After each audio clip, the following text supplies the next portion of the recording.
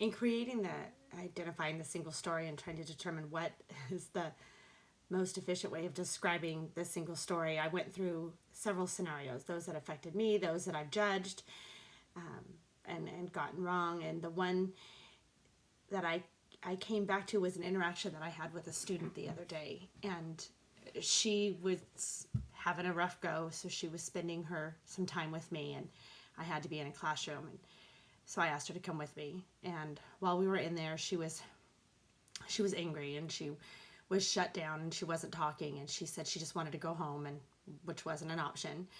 And while we were in there, the teacher started reading a story. She started reading Desmond and the Very Mean Word, which is a story about Desmond Tutu and an interaction that he had had as a child, and where he was judged and he judged someone else. And then as you go through the story, you find out that they both have a history. They both have a background that changed them.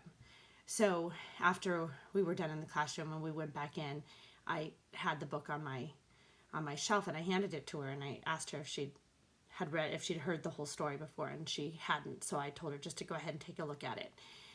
And she went through it, and I asked her about the single story. I said, what does that mean if you just know one story, or you think you have one interaction? What does that mean to you? And she thought about it for a little bit, and she told me about how when her uncle first came to California, what he thought of California from Peru, where he was from.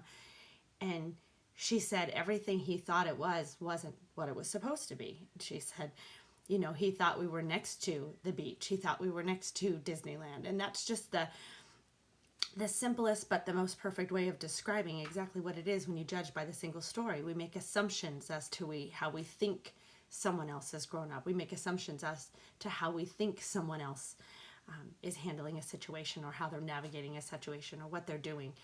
And that's the single story, and that's where the danger lies. But when we know more and we find out and we stop and we listen, we develop an understanding. We have that social awareness that it's necessary to help us to be successful each day.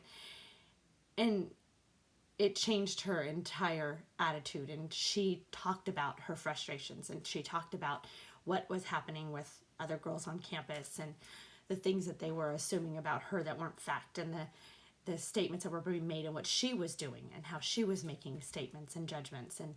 And it was a really clear depiction for me of the way that we let those single stories affect our everyday, and how we can change that just by being more self-aware and by taking the time to listen and ask the questions that we need to.